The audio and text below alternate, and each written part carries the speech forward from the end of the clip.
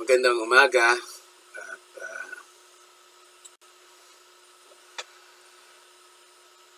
Friday ngayon at sa buong Pilipinas ay pinagdiriwang yung Biyernes Santo ngayong araw na ito.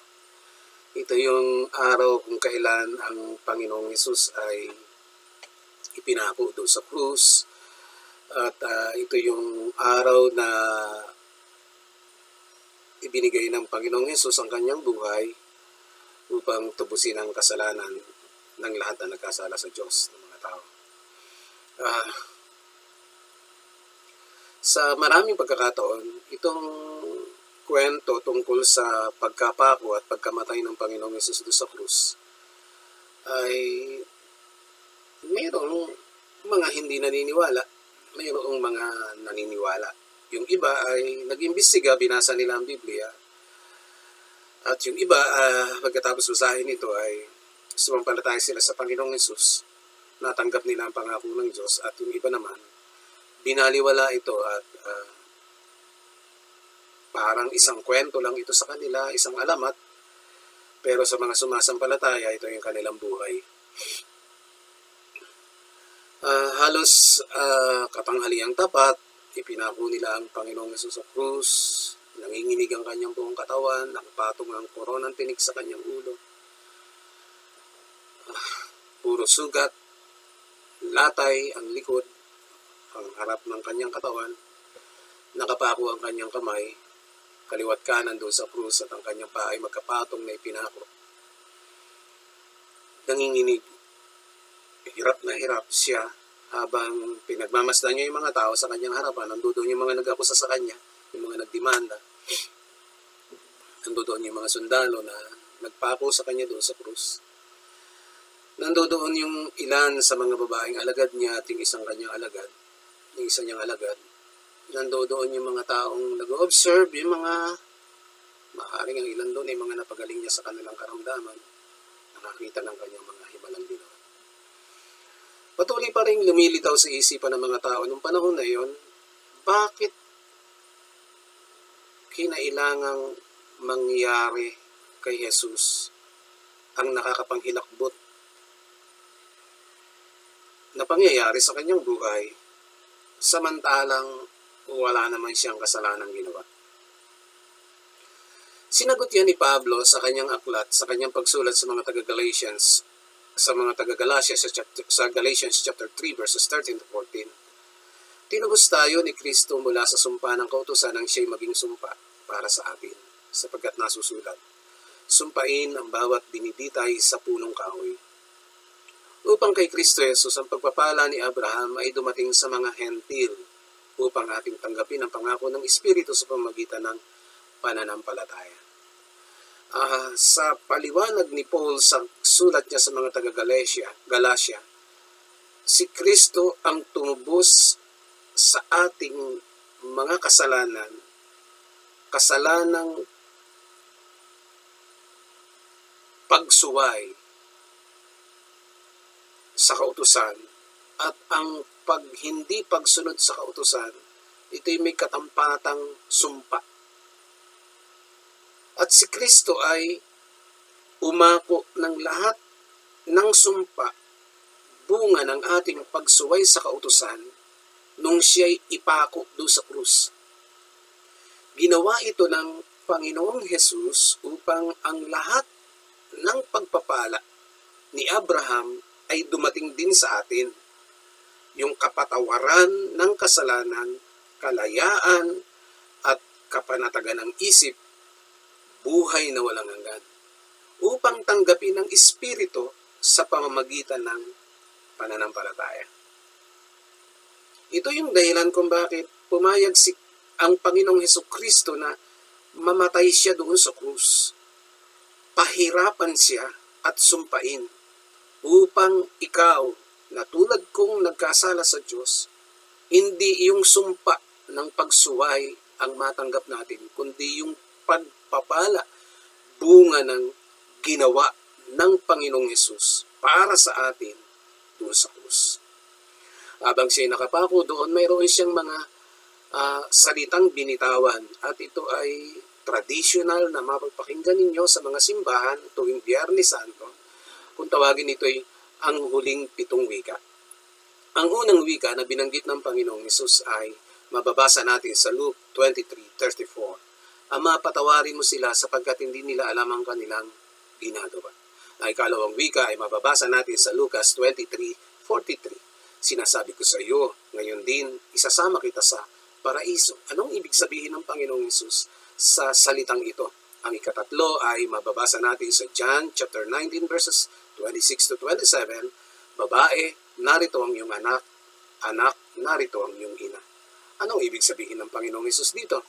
Ang ikaapat na wika ay ang mababasa natin sa Matthew chapter 27 verse 46. Eli, Eli, lama sabachthani. Ibig sabihin, Diyos ko, bakit mo ako pinabayaan? Anong ibig sabihin nito? Ang ikalimang wika ay makikita natin sa, mababasa natin sa John chapter 19 verses 28 to 29. Alam ni Jesus na naganap na ang lahat ng bagay, kaya upang matupad ang kasulatan ay sinabi niya, nauuhaw ako.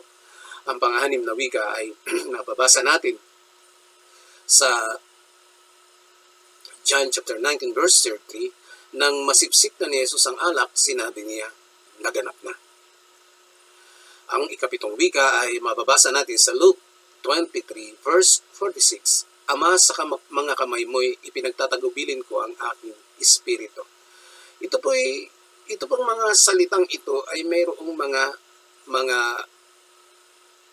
kapahayagan at inilantad ni Jesus yung tunay na siya sa pagbibitaw niya ng mga salitang ito. Ipinakita niya yung matinding pagmamahal, pag-ibig na mayroon siya sa Diyos at yung matinding pagmamahal na mayroon siya sa mga taong nagkasala sa Diyos. At maging doon sa mga taong gumawa ng masama sa Kanya, ipinakita niya ang tunay na siya sa pamamagitan ng mga salita ng mga wika na Kanyang sinambit doon sa krus bago niya ibinigay ang kanyang buhay. Pansinin niyo dito yung Lucas 23:34. Patawarin mo sila. Ama, patawarin mo sila sapagkat hindi nila alam ang kanilang ginagawa. Maraming kwento ng pamamaril sa Amerika sa mga paaralan, sa mga simbahan at iba pang lugar. May mga pangyayari na bigla na lamang magpapaputok ng baril ang isang kabataan at basta na lamang niya papatayin ang sinumang makita niya. May nangyaring ganito sa Colorado Springs, USA. Si Matthew Murray, 24 years old, ay isang kabataan na pumasok sa isang Youth with a Mission headquarters at pinatay niya ang ilang mga tao roon. Pagkatapos ay pumunta siya sa isang simbahan at nakapatay pa siya ng 2 pang kabataan bago siya napatay ng security guard. Pagkatapos ng mga pangyayari, sinubukan imbitahan ng pastor ang mga kaanak ni Matthew Murray upang magsimba sa church na iyon. Nagkatubili sila, yung mga kamag-anak ni Matthew, yung mga magulang niya. Ngunit bandang huli ay nagsimba rin ang mga magulang ni Matthew sa simbahan kung saan nakapatay at namatay ang kanilang anak. Ang pangyayari sa office ng pastor ay kakaiba. Nagkita ang mga magulang ng mga napatay ni Matthew at ang mga magulang ng pumatay. Nagkita rin ang security guard at ang magulang ni Matthew sa office. Nagyakapan sila, humingi ng tawad, nagpatawaran sila, at nanalangin. Marami na ang aking narinig na kwento ng mga inabusong tao, mga nasaktan, mga babae at lalaki na nakaranas ng kalupitan. Ang hanap nila ay paghihiganti para sa kanila. Ang pagpapatawad ay higit na mabigat sa kabilang banda, kapag ang isang biktima ng kasalanan ng iba ay isang Kristiyano, ang tinig ng Panginoong Hesus ay boses na nangungusap sa kalooban nila. Dahil ang pagpapatawad ay utos ng Panginoong Hesus sa Matthew chapter 18 verse 22, sinagot siya ni Hesus, hindi ko sinabing 7 beses kayo magpatawad, kundi 70 ulit na 7. Ayon sa Luke 11 verse 4, at patawarin ninyo kami sa aming mga kasalanan sapagkat pinapatawad namin ang bawat nagkakasala sa amin. Kung uunawain natin ang mga nararamdaman ng mga biktima ng kasalanan ng iba, ito ay mabigat na utos. Sa puso ng isang biktima, sa isang banda, nais niyang maghiganti. Sa kabilang banda, nais niyang sumunod sa Panginoon. Magpatawad o maghiganti. Kahit ang mga sinaunang Kristiyano ay maaaring o talagang nakaranas din ng magkahalong damdamin ng pagnanais na magpatawad o maghiganti. Makikita ito sa kasaysayan mismo na ating batayan mula sa Biblia. Dumanas ng matinding kalupitan ng mga Kristiyano tulad ng sinapit ng Panginoong Yesus. Mababasa sa 1 Thessalonians chapter 2 verses 14 to 16 na alam at dama ng mga Kristiyano noong una ang kawalan ng katarungan ng mga Hudyo. Sinabi rin ng Panginoon na makakaranas ng pag-uusig ang mga Kristiyano ayon sa John chapter 16 verse 2 mula sa kapwa nila Hudyo. Ititiwalag nila kayo sa mga sinagoga. Darating ang panahon na ang sinumang pumatay sa inyo ay mag-aakalang naglilingkod siya sa Diyos. Ang ganitong kalupitan ay hindi malayong magbunga ng pagnanais na makaganti. Tulad ng sinabi ni John Chrysostom sa Judeo Horatio, matapos ninyong patayin si Jesus, wala nang natitirang kapatawaran para sa inyo. Kahit tayo ay mga Kristiyano, tayo ay nasasaktan din dahil hindi bato ang ating puso at hindi manhid ang ating damdamin. Ang unang wika ay consistent sa mga turo ng Panginoong Hesus tungkol sa pagpapatawad. Walang duda na ito ay nakahanay sa mga nilalamang turo ni Lucas. Halimbawa, ang patawarin ang mga pumatay kay Esteban sa Aklat ng Mga Gawa, chapter 7, verse 9. Ano ang mensahe sa atin ito? Hindi natin kailangang ikaila na tayo ay nasaktan dahil sa kasalanang ginawa ng iba. Ngunit dapat tayong magpahayag ng pagpapatawad at sumunod sa utos ng Panginoon bagamat sa una, mabigat ito sa ating kalooban. Dahil tayo ay nagdaramdam. Si Jesus ay hindi tinanggap ng kanyang sariling bayan sa John chapter 1 verse 11. At ang mga unang Kristiyano ay pinahirapan ng kapwa nila Hudyo. Ngunit sila ay nagpatawad. Kung ikaw ay nasaktan ng sariling kapamilya o ng sinuman, kapatid, ipinapayo ng Panginoong Yesus at iniuutos niya, magpatawad. Magpatawad upang makamit mo ang pagpapatawad ng Diyos. Alalahanin ang sabi ng Panginoon, kung hindi kayo magpapatawad, hindi rin kayo patatawarin ng inyong Ama sa langit. Matthew 6 verse 15. Magpatawad at bigyang kapayapaan ang sarili. Huwag mong pabayaang maging alipin ka ng pagkamuhi habang buhay. Sa Diyos ang paghihiganti ayon sa Romans 12:19. Ang pagpapatawad ay isang desisyon. Kung ikaw ay galit at nagnanais gumanti, pag-isipan mo, sandali ito. Alin ang pipiliin mong mas matimbang? Ang nararamdaman mong galit o ang utos ng Diyos na magpatawad? Ikalawang salita ng Panginoong Yesus habang siya'y nakapako doon sa krus. Lucas 23 verse 43. Sinasabi ko sa inyo, ngayon din ay isasama kita. Sinasabi ko sa iyo, ngayon din ay isasama kita sa paraiso.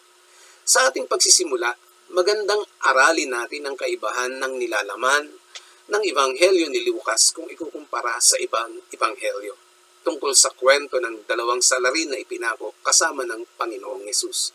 Sa Matthew 27 verse 38 to 44, Matthew 15 verse 37 at John chapter 19 verses 18.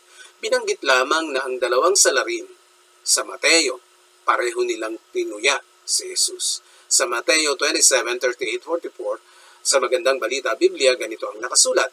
May dalawang magnanakaw na ipinako sa krus, isa sa gawing kanan at isa sa kaliwa. Kinukutya siya ng mga nagdaraan. Pailing-iling nilang sinasabi, di ba't ikaw ang gigiba ng templo at muling magtatayo nito sa loob ng 3 araw? Iligtas mo ang iyong sarili kung ikaw nga ang anak ng Diyos. Bumaba ka sa krus. Kinutya rin siya ng mga punong pari, mga tagapagturo ng kautusan at mga pinuno ng bayan. Sinabi nila, iniligtas niya ang iba, ngunit hindi niya mailigtas ang sarili. Di ba siya ang hari ng Israel? Bumaba lamang siya ngayon sa krus, ay maniniwala na kami sa kanya. Nananalig siya sa Diyos at sinabi niyang siya ang anak ng Diyos. Tingnan natin kung ililigtas siya ng Diyos. Nilait din siya ng magnanakaw na ipinakong kasama niya sa krus. Sa Lucas, may pagkakaiba ang dalawang salarin, mga katangian ng Ebanghelyo ni Lucas kung ating pag-aaralan. Para kay Lucas, ang kwento ng Panginoong Hesus ay naglalaman ng mabuting balita, kung kaya sa kanyang pangalan ang pagsisisi at kapatawaran ng mga kasalanan ay dapat ipangaral sa lahat ng bansa, magmula sa Jerusalem. Lucas 24 verse 47. Ang Ebanghelyo ni Lucas ay puno ng mga kwento ng kaawaan ng Diyos na nagpapatawad sa mga nagsisisi. Ang kwento ng nagsisising salarin ay isang mabuting halimbawa ng isang nagbalik loob sa Diyos. May isang hindi kilalang tao ang biglang nakiusap sa pastor na ipanalangin siya dahil nasa bingit siya ng kamatayan. Ang taong ito'y hindi kailanman nagsimba. Siya ay namuhay sa pagkakasala sa buong buhay niya. Sa huling sandali, hiniling niya na siya ay ipanalangin. Nagpahayag siya ng pagsisisi at sumampalataya siya sa Panginoon. Sa ginawang pagliligtas ng Panginoon, pumanaw siya pagkatapos ng ilang sandali. Sumpa na, naging pagpapala pa. Ang krus para sa mga salarin ay parusa sa kanilang pagkakasala ayon sa Biblia. Isinumpa ang sinumang ipapako sa krus, Deuteronomy 21:22-23. Resulta ito ng kanilang maling uri ng pamumuhay. Namuhay sila sa kasalanan at ito'y nagbunga ng kaparusahan. Ngunit nakasama sila ng Panginoong Hesus na pinarusahan din bagamat wala siyang anumang kasalanan. Tamang pagpili sa huling sandali. Naniniwala ako sa kasabihang ito.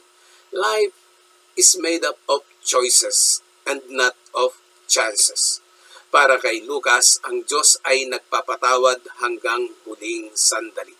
Gaano man kasama ang isang tao, kapag ito ay lumapit sa Panginoon at humingi ng kapatawaran, siya ay patatawarin ng Diyos. Ang aklat ni Lucas ay umaapaw sa mga kwento ng mga taong binago at pinatawad ng Diyos. Nariyan sina Maria Magdalena sa Lucas 8, si Zaccheo sa chapter 19, ang kwento ng alibughang anak at iba pa. Ang kwento ng salaring nagsisi ay ang tuldok ng mga kwentong ito na maaaring lumapit ang isang tao sa Diyos kahit sa kanyang huling sandali at makakaasa siya na siya ay patatawarin ng Diyos. Dalawa ang salarin, ngunit magkaiba ang kanilang pasya tungkol kay Jesus. Ang una, tinuya niya ang Panginoon. Alam niya ang tungkol kay Jesus. At sa halip na sumampalataya, sabi ng kasulatan, tinuya rin siya ng isa sa mga salaring nakapako sa tabi niya. Hindi ba ikaw ang Kristo? Iligtas mo ang iyong sarili at pati na rin kami. Ito ay maling pasya at nasayang na pagkakataon. Ang ikalawa naman ay nagsabi ng ganito. Ngunit pinagsabihan naman ito ng kanyang kasama. Wala ka na bang takot sa Diyos? Ikaw ay pinaparusahang tulad niya. Tama lang na tayo'y parusahan ng ganito dahil sa ating mga ginawa. Ngunit ang taong ito'y walang ginawang masama. Tamang desisyon sa tamang pagkakataon. Kaunti na lamang ang nalalabing oras para sa dalawang magnanakaw. Ilang sandali na lamang ay mamamatay na sila, kasama nila sa Kalbaryo ang tagapagligtas. Ang huling sandaling ito ay ang kanilang huling pagkakataon. Ito ay pagkakataon na sa ilang saglit ay mawawala na rin. Sa pagsasalita ng Panginoon, sa pagsasalita ng isang magnanakaw, ang sabi niya, Jesus, alalahanin mo ako sa pagdating mo sa iyong kaharian. Pinili ng magnanakaw na ito ang Panginoong Hesus. Pinili niya ang kapatawaran at pagliligtas ng Panginoong Diyos. Tinawag niya ang pangalan ng Panginoon at ito ay tanda ng katapatan. Ang pagkakataong ito ay muling ipinagkaloob ng Diyos sa atin sa araw na ito. Sa wika niya sa 2 Corinthians chapter 6 verse 2, sapagkat sinasabi niya, sa kaukulang panahon ay pinakinggan kita, sa araw ng pagliligtas sinaklolohan kita. Ngayon na ang panahong nararapat, ito na ang araw ng pagliligtas. Ang pangako ng paraiso, sa araw ding iyon, ang kahilingan ng salarin ay tinugon ng Panginoon ng isang pangako. Ngayon din ay isasama kita sa paraiso. Si Lucas ay maingat sa pagbanggit sa mga oras at panahon. Ang pagbanggit niya ng ika-6 na oras o yung 12 noon at ang pagdating niya sa ika-9 o yung 3 p.m. ay hudyat ng pagdating ng oras ng pagliligtas ng Panginoon. Ito ay sandali ng kamatayan ng Panginoong Hesus na magbubunga naman ng kaligtasan ng mga kasalanan tulad ng mga salaring nakapako sa kanyang kanan at sa kanyang kaliwa. Tulad ng pagsampalataya ng salaring nakapako doon sa krus na sumampalataya sa kanya, ngayon din isasama kita sa paraiso. Ang paggamit niya ng isasama kita sa araw ding ito ay nangangahulugan din ng bagong kaugnayan sa kanya bilang isang bagong alagad. Sabi ng Panginoon sa kanyang mga alagad sa Lucas 22:28-30, kayo ang nananatiling kasama ko sa mga pagsubok sa akin. Kung paanong ang Ama ay nagbigay sa akin ng karapatang maghari, gayon din naman ibibigay ko sa inyo ang karapatang ito. Kayo'y kakain at iinom na kasama ko sa aking kaharian at kayo'y uupo sa mga trono at mamumuno sa 12 lipi ng Israel. Isasama kita. Ito ang pagpapala na tinanggap ng salarin sa ibabaw ng krus. Nakatapos na po tayo ng ikalawang wika, pero nais ko po muna kayong tanungin. Masasabi po ba ninyo na ang Panginoon ay kasama ninyo ngayon? Ibig kong sabihin, tinanggap mo na ba ang pagliligtas na iniaalok ng Panginoong Hesus? Ikaw ba ay tunay na alagad ni Kristo? Tanggapin mo si Kristo sa iyong buhay. Kahit gaano karami ang iyong kasalanan, sampalatayanan mo siya. Magsisi ka ng iyong kasalanan, tulad noong isang salarin, humingi ka ng tawad sa Kanya, ililigtas ka ng Panginoon. Ikatlong wika. Sabi niya sa John chapter 19, verses 26-27, babae, narito ang iyong anak. Anak, narito ang iyong ina.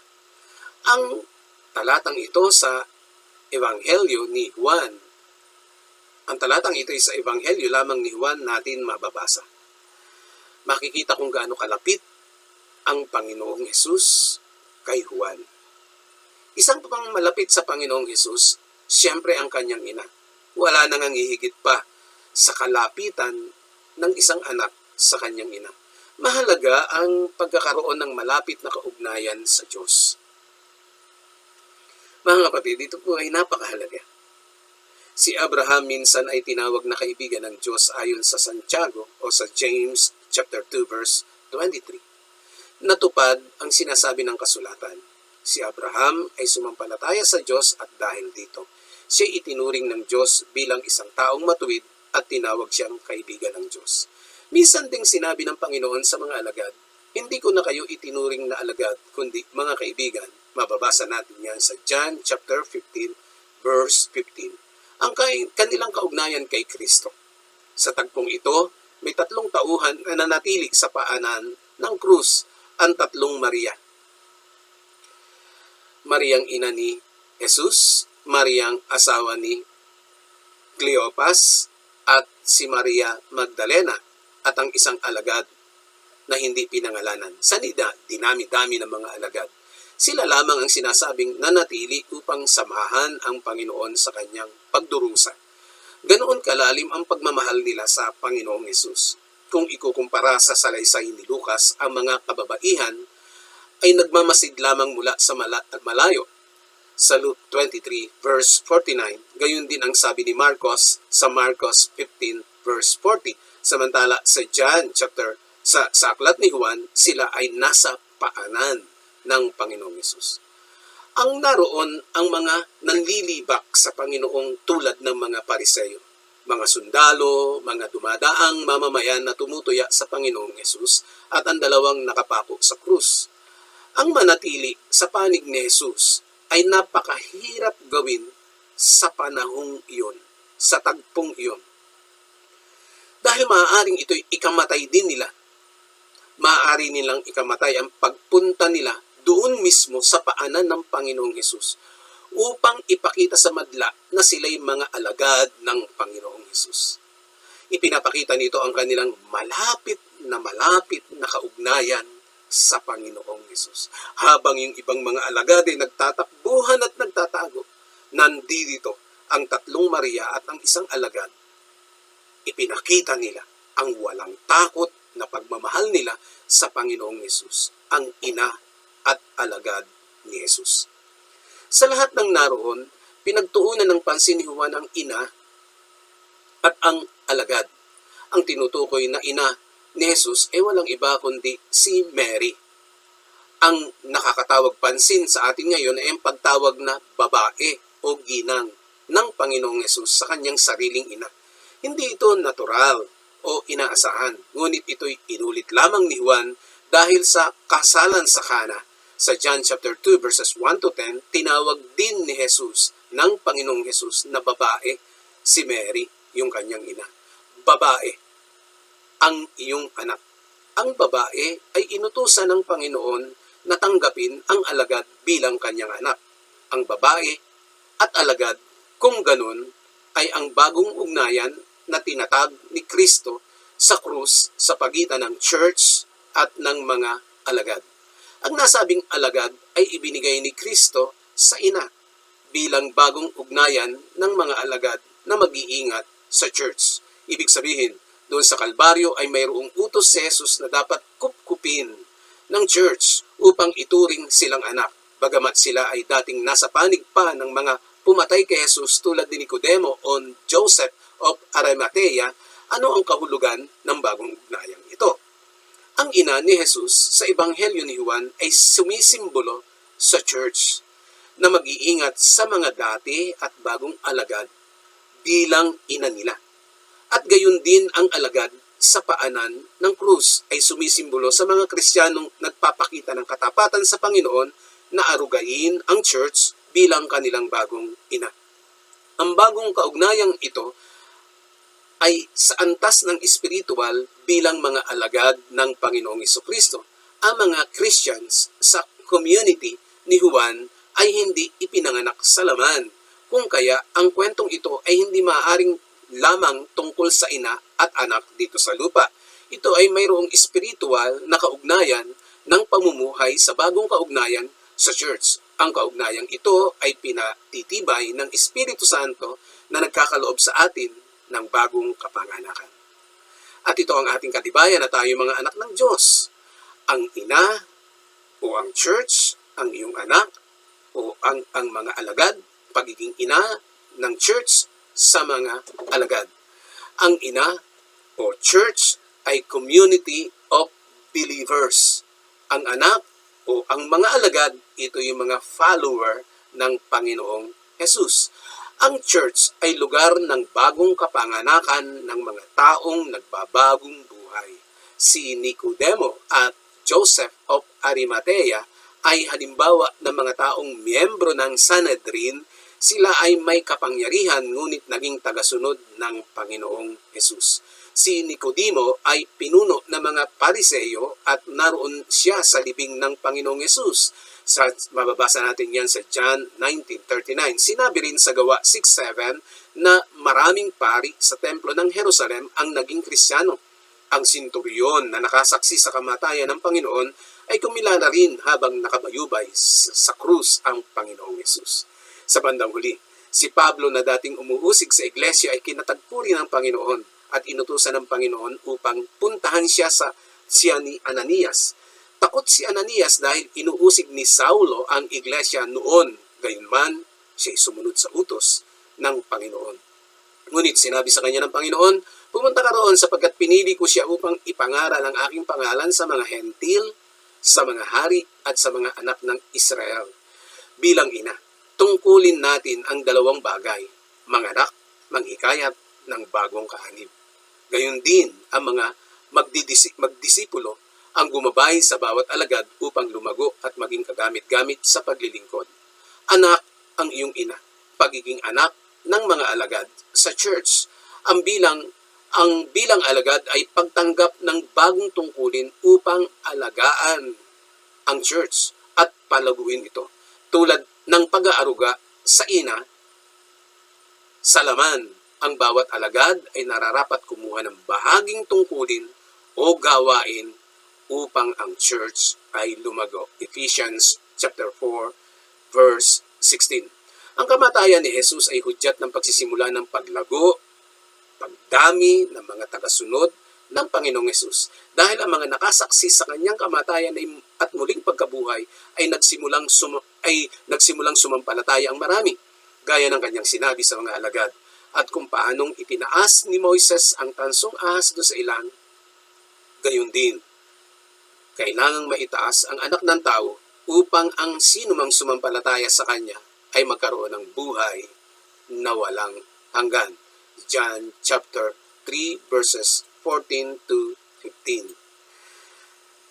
Ika-4 na wika. Mapabasa natin ito sa Matthew chapter 27 verse 46, Marcos chapter 15 verse 34 at Matthew 27 verse 46. Ang sabi ng Panginoong Hesus, Eli, Eli, lama sabachthani. Ibig sabihin, Diyos ko, bakit mo ako pinabayaan? Hanggang saan ang pagtitiwala mo sa Diyos? Hanggang saan ka magtitiwala sa Panginoong Hesus? Isang pastor ang nagkaroon ng kanser at tinanong niya ang Diyos kung bakit. Ayon sa kanyang patotoo, sumagot ang Diyos sa kanyang kalooban ng isa ring tanong, Anak, hanggang saan ang pagtitiwala mo sa akin? May mga tanong sa buhay na walang madaling paliwanag. Ang kamatayan ng isang mabuting tao, ang biglang pagkakasakit ng isang pastor, ang pagkakasunog ng isang kapilya o ng isang simbahan.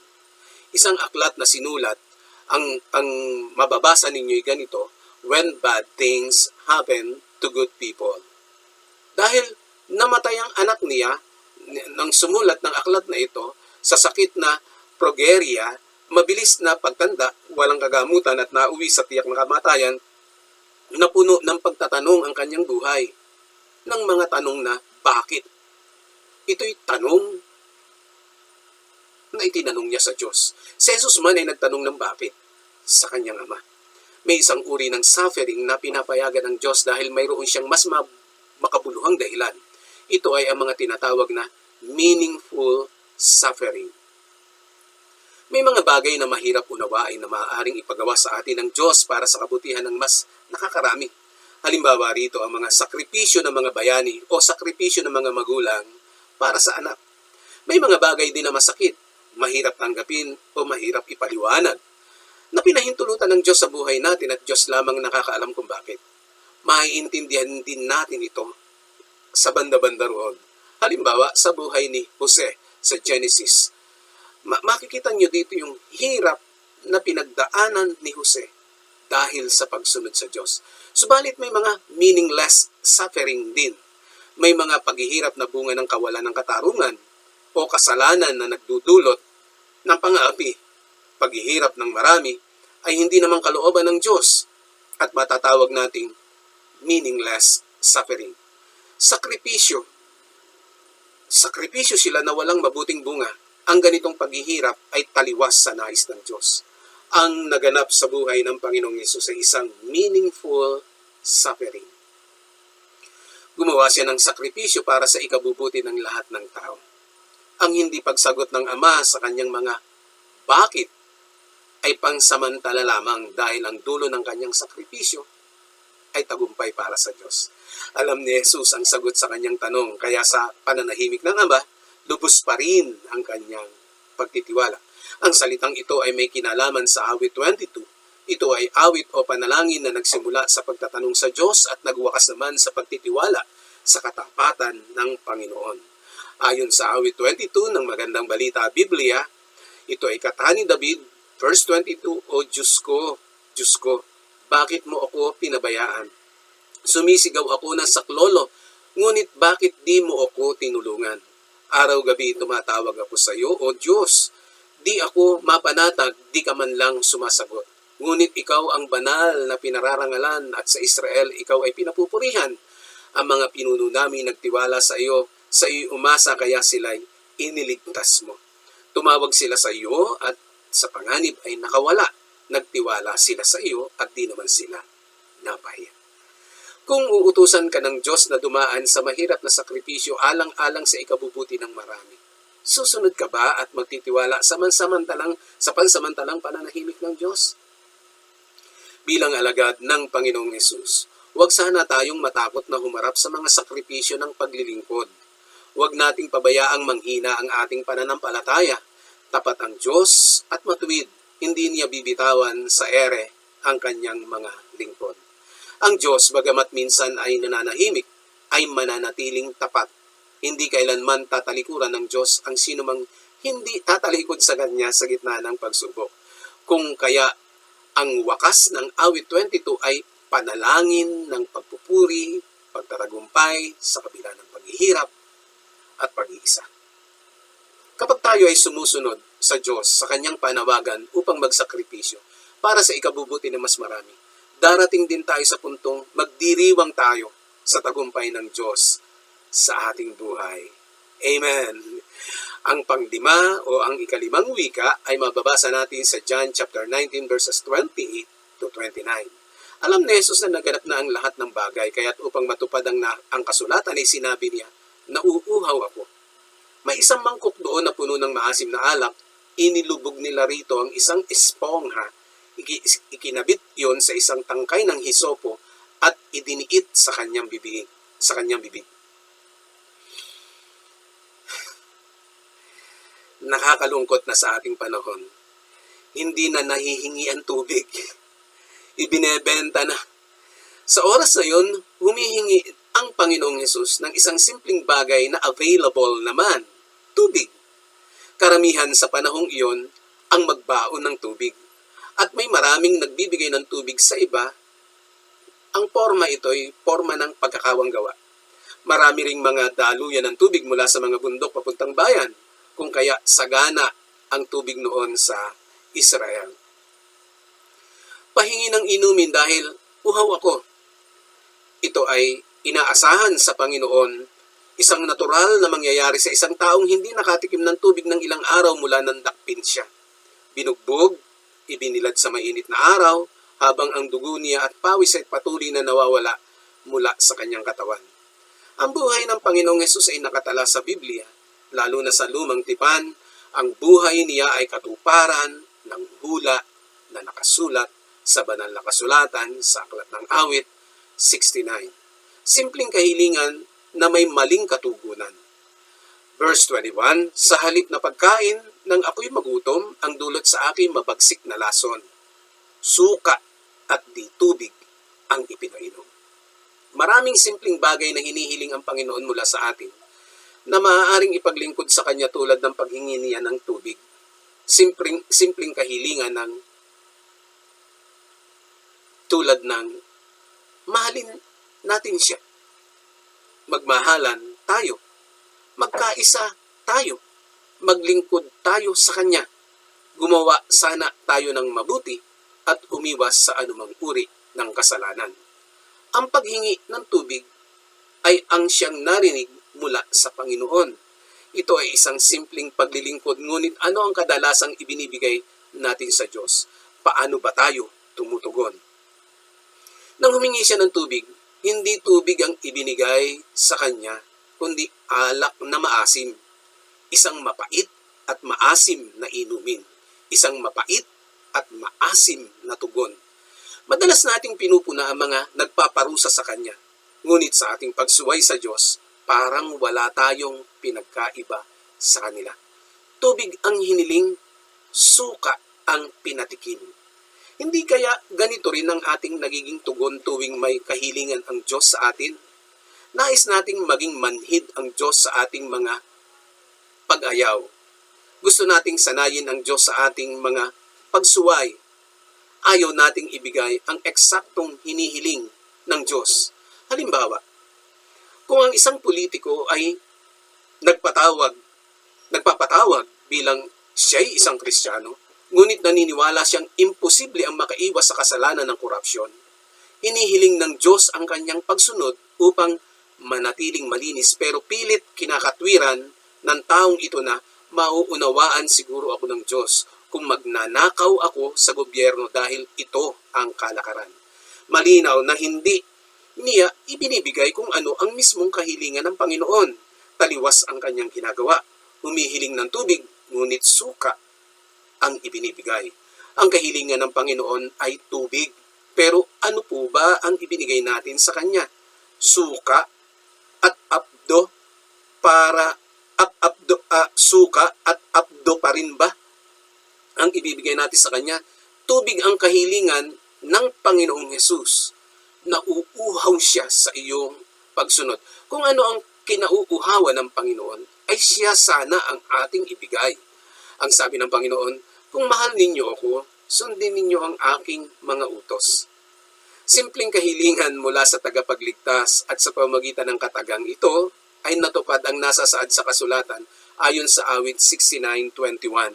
Sa halip na pagkain ng ako'y magutom, ang dulot sa akin mabagsik na lason, suka at di tubig ang ipinainom. At natupad ang kasulatan. Ang kahilingang tubig ng Panginoon ay katuparan ng kasulatan. Ito ay nagsasabi sa atin na ang tagumpay ay nakamit ng Panginoon bagamat hindi siya binigyan ng tubig. Ipinapakita dito ang kakayahan ng Panginoong Hesus na magpatuloy sa pagtupad ng sinasabi ng Biblia sa gitna ng napakahirap na sitwasyon. Ito po yung larawang hinahanap ng Diyos sa atin, yung kakayanang sumunod kahit ayaw nilang sumunod. Siya ay nagtagumpay sa kabila ng pagtalikod ng mga alagad. Tara na po, sumunod tayo sa Panginoon at maglingkod sa Kanya upang makamit din natin ang tagumpay katulad ng tagumpay na ipinamalas ng Panginoon. Ang ika-6 na wika, mababasa po natin ito sa John chapter 19 verse 30. Verse 30. Nang masipsip ni Jesus ang alak, sinabi niya, naganap na.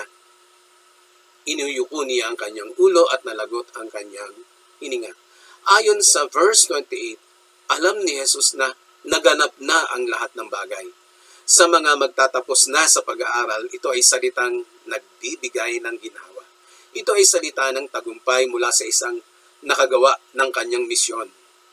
Sa wikang Griego, tetelestai, tulad ng mission accomplished. Sa ika-6 na salita, nais kong pag-isipan natin ano ang mga bagay na nais ipagawa sa atin ng Diyos. May mga pangako ba tayo na binitiwan sa Diyos na hindi pa natin tinutupad? Kaya ba nating tapusin ang mga assignments para sa Diyos? Ilang bagay lamang ang madalas na pinagsisisihan ng mga taong malapit nang pumanaw sa mundong ito. Kung alam nilang mayroon pa silang dapat tapusin pero hindi nila nagawa. O mga bagay na dapat hihingi ng tawad o kasalanang dapat ituwid subalit hindi nagawa dahil inabutan sila ng kamatayan at wala na silang panahon kaya sila'y lubos na nagsisi. Ang masakit sa kamatayan ay hindi ang mismong pagtigil ng buhay, kundi ang pagputol sa ating pagkakataong gumawa ng mga bagay na dapat pa nating gawin. Isang kwento tungkol sa isang ama na nagkasala sa kanyang pamilya. Ang nais niyang bumalik sa kanyang asawa at kanyang mga anak at naipangako niya sa kanyang sarili na babawi ako. Sa dami ng kanyang kasalanang nagawa, napag-isipan niyang magbago at bumalik sa kanyang asawa at mga anak. Kaya lang, habang siya'y nakasakay sa bus papunta sa kanyang pamilya, inatake siya sa puso at namatay. Huli na. Hindi niya nagawa ang dapat niyang gawin. Ang kalagayan ng Panginoon ay kakaiba dahil nagawa niya ang buong pagtatagumpay ang kanyang misyon sa lupa. Ang mga natupad ng Panginoon. Ang natupad ng Panginoon ay ang katuparan ng kanyang tungkulin sa ating Ama ang maging tagapagligtas ng lahat ng nagkasala sa pamamagitan ng pagsampalataya sa Kanya, sa ating Panginoong Hesus, at pagsisisi sa ating mga kasalanan. Ayon sa John chapter 18 verse 11, sinabi ni Jesus kay Pedro, isalong mo ng iyong tabak, dapat kong inumin ang saro ng paghihirap na ibinigay sa akin ng aking Ama. Alam niyang ito ang kalooban ng Ama para sa Kanya. Sa Getsemani, tinanggap ni Jesus ang kalooban ng Ama, bagamat hiniling niya na alisin ang saro sa Kanya. Buong pagsuko at pagpapakumbabang tinanggap ng Panginoon ang kamatayan sa krus. Kung kaya nagtagumpay siya sa pagtupad sa kalooban ng Diyos. Ang pangalawa ay ang katuparan ng kasulatan sa awit 22 Lahat ng paghihirap niya ay nabanggit, pati pagsusugal sa kanyang mga damit ng mga sundalo, at ang kanyang pagkauhaw ay katuparan ng mga hula tungkol sa kanyang kamatayan. At ang ikatatlo, naganap niya ang tungkulin bilang kordero ng Diyos. Ang isopo ay tangkay ng halaman na ginagamit sa pagwiwisik sa dugo ng kordero ng Passover. Kumuha kayo ng sanga ng isopo, basahin ito ng dugo ng kordero at ipahid sa mga hamba at sombrero ng inyong pintuan. Exodus 12:22. Isa pa, ang isopo ay simbolo ng paglilinis at pagpapatawad ng Diyos ayon sa awit 51 verse 7. Linisin mo ako ng isopo at ako'y magiging malinis. Hugasan mo ako at ako'y magiging higit na maputi kaysa niebe. Nilinaw ng Hebrews 9 verses 18 to 20, kaya't maging ang unang tipan ay hindi pinagtibay ng walang dugo, sapagkat nang sabihin ni Moises ang bawat utos sa buong bayan ayon sa kautusan, kumuha siya ng dugo ng baka at ng mga kambing na may tubig at mapulang balahibo at isopo at winisikan niya ang aklat at gayon din ang buong bayan na sinasabing, ito ang dugo ng tipan na iniutos ng Diyos sa inyo. Sa gayon ding paraan, ang tabernakulo at ang lahat ng mga kasangkapang ginagamit sa banal na pagsamba ay pinagwiwisikan niya ng dugo. Sa katunayan, sa ilalim ng kautusan, halos lahat ng bagay ay nililinis ng dugo, at kung walang pagdanak ng dugo ay walang kapatawaran ng mga kasalanan. Tanggapin mo ang paghahari ng Panginoon at tanggapin ang kaligtasang iniaalok ng Panginoong Hesus. Simulan mong mamuhay bilang isang tunay na anak ng Diyos. Ang ikapitong wika. Mababasa po natin ito sa Lucas 23:46.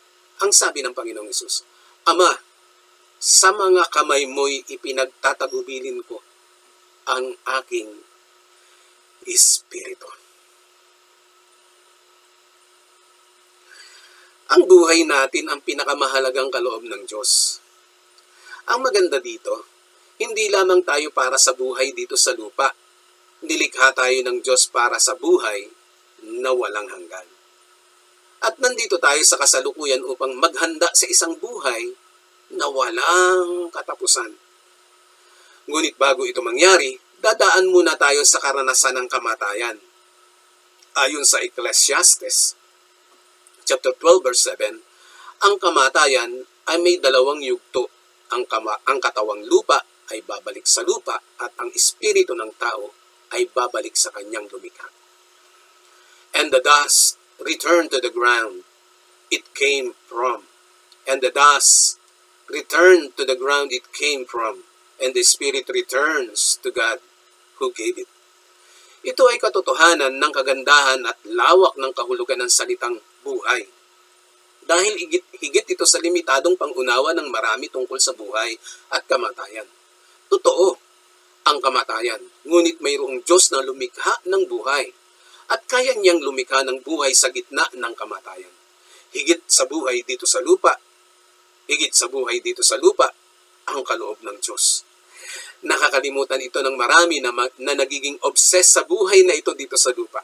Kung tatanungin ng mga tao, alin ang mas mahalaga, ang kaluluwa ng tao o ang material na pangangailangan ng katawan? Agad-agad na sumasagot ang marami na mas mahalaga ang kaluluwa. Kaya ganito na lamang ang pag-aalala ng Panginoon. Ano ang mapapala ng isang tao kung mapasa kanya man ang lahat ng kayamanan sa mundo at mawala naman sa kanya ang kanyang kaluluwa? For what will it profit a man if he gains the whole world and loses his own soul?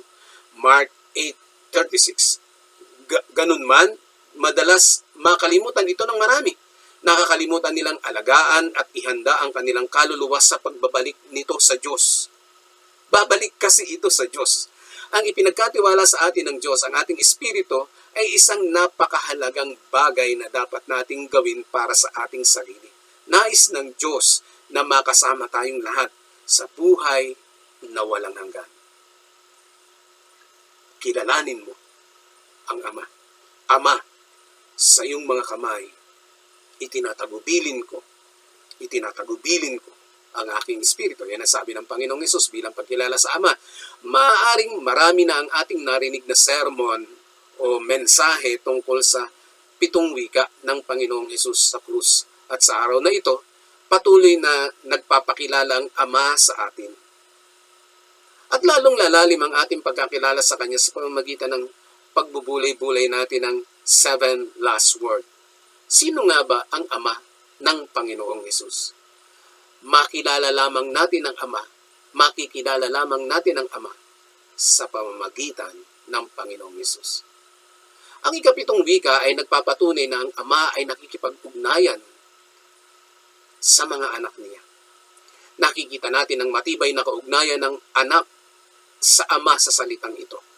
Ama, sa iyong kamay, habang si Jesus ay nakapako at nanginginig sa hirap at sakit na nararamdaman niya mula ulo hanggang talampakan ng kanyang paa. Ito ay kaugnayan na hindi mapapatid. Ama, sa iyong kamay. Hirap na hirap siya, pero ang hinahanap pa rin niya ay ang kanyang Ama. Ito'y kaugnayan na hindi mapapatid ng paghihirap o kahit na ng kamatayan. Ito ay salita ng walang hanggang pagtitiwala sa magagawa ng kanyang Ama. Sa kamay ng Diyos, ang kamatayan ay hindi isang nakakatakot na karanasan. Ang malaking tiwala ni Jesus sa Ama ay nagbibigay sa atin ng kasiguruhan na tayo rin tulad ng Panginoong Jesus ay kailangang magtiwala sa ating Ama. Ito'y pagpapahalaga sa ating espiritu na ipinagkaloob ng ating Ama sa atin. Ang ating espiritu ay hindi lamang isang entity, kundi ito'y isang existence with meaning. Kailangan tayo mabuhay na may kahulugan at layunin. Ito ang espiritu. Ito ang uri ng espiritong mayroon si Jesus. Ang kahulugan ng kanyang buhay ay nababagay na ilagay sa kamay ng Diyos na banal. Nagamit lamang ang kanyang buhay sa paglilingkod sa Diyos. Ang kanyang espiritu ay karapat-dapat sa Diyos. Ito ay wagas, puno ng Espiritu Santo. Wika ng Ama tungkol sa kanya, ikaw ang kinalulugdan kong anak. Nabuhay lamang siya, ang Panginoong Hesus, para sa Diyos at pumanaw siya para sa Diyos. Hindi nasayang ang alinmang sandali ng kanyang buhay. Lahat tayo ay papanaw. Subalit ang ating espiritu ba ay nakatagubilin sa Diyos Ama? Ngayon pa lamang ay itilagana natin ang ating espiritu sa Diyos. Sa gayon, maging ang kamatayan ay hindi na natin katatakutan. Ang unang wika ay ang pagpapala ng pagpapatawad. Ang ikalawang wika ay ang pagpapala ng kaligtasan. Ang ikatlong wika ay pagpapala ng bagong ugnayan. Ang ikaapat na wika ay pagpapala ng matatag na kaugnayan sa Diyos. Ang ikalimang wika ay pagpapala ng paglilingkod sa Panginoon. Ang ika-anim na wika ay pagpapala ng tagumpay. At ang ikapitong wika ay pagpapala ng pagtitiwala sa Diyos. Ama, sa iyong mga kamay, ipinagkakatiwala ko, itinatagubilin ko ang aking espiritu. Makita-kita po tayo sa buhay na walang hanggan, mga kapatid. Kung hindi mo pa tinatanggap si Jesus bilang Panginoon na tagapagligtas, huwag mong sayangin ang oras na ito. Inaanyayahan kita. Iyuko mo ang iyong ulo, ipikit mo ang iyong mata, sabihin mo'y, Panginoong Jesus, tinatanggap kita sa aking puso upang maging aking Panginoon at tagapagligtas. Patawarin mo po ako sa lahat ng kasalanang nagawa ko laban sa iyo. Sulat mo po ang aking pangalan sa aklat ng buhay. Ipinagkakatiwala ko po sa iyo ang aking espiritu. Mula ngayon, susunod ako sa iyo. Kung tinanggap mo si Jesus sa iyong puso bilang Panginoon at tagapagligtas, lahat ng pagpapalang bunga ng kanyang ginawa doon sa krus, ito'y dadaloy sa iyo mula ngayong oras na ito. Kung ikaw ay may karamdaman, ikumo ang iyong ulo, ipapanalangin kita. Aking Ama, lahat ng may karamdaman na nakikinig ngayong oras na ito at nananalangin, aking itinudulog sa iyo, hindi ba Ama si Jesus ay tumanggap ng lahat ng parusa, bunga ng aming pagsuway sa kautusan? Hindi ba't sa pamamagitan ng kanyang mga latay, kami ay nagsigaling sa aming karamdaman ayon sa iyong salita. Kiniklaim ko ang kagalingan para sa mga anak mong ito na mayroong karamdaman. Ang kagalingan at kalakasan ay aking ipinapahayag. Pinagaling mo na ang mga anak mong ito dahil sa mga sugat at latay ng aming Panginoong Hesus. Magandang hapon po. Kung kayo po ay napagpala ng mensahe ng salita ng Diyos, ini-invite ko po kayo na mag-comment sa comment section ng video na ito. At kung kayo po ay kung gusto niyo pong magpatuloy sa paglilingkod sa Panginoong Hesus, tumingin-tingin po kayo ng mga Bible-based church, mga Christian church sa paligid ninyo at makipag-fellowship po kayo sa kanila. At kung kayo naman po ay mga taga-Angono, meron po tayong gawain sa Message of the Gospel Church sa Sitio Pinagpala, Barangay Kalayaan, Angono, Rizal. At kung kayo naman po ay mga taga-Taytay, mayroon po tayong gawain dito po sa number 72, sa number 72 Rosario Street, Barangay San Juan, Taytay, Rizal. 9 o'clock po ang start ng ating gawain dyan. At ang church po natin, ang Message of the Gospel Church, ay wina-welcome po kayo kung ibig po ninyo magpatuloy sa Panginoon. Magkita-kita po tayo tuwing araw ng linggo. Sa Diyos po ang karangalan, ang kaluwalhatian, ngayon at magpakailanman. Amen. Magandang hapon, pinagpala tayo ng Diyos.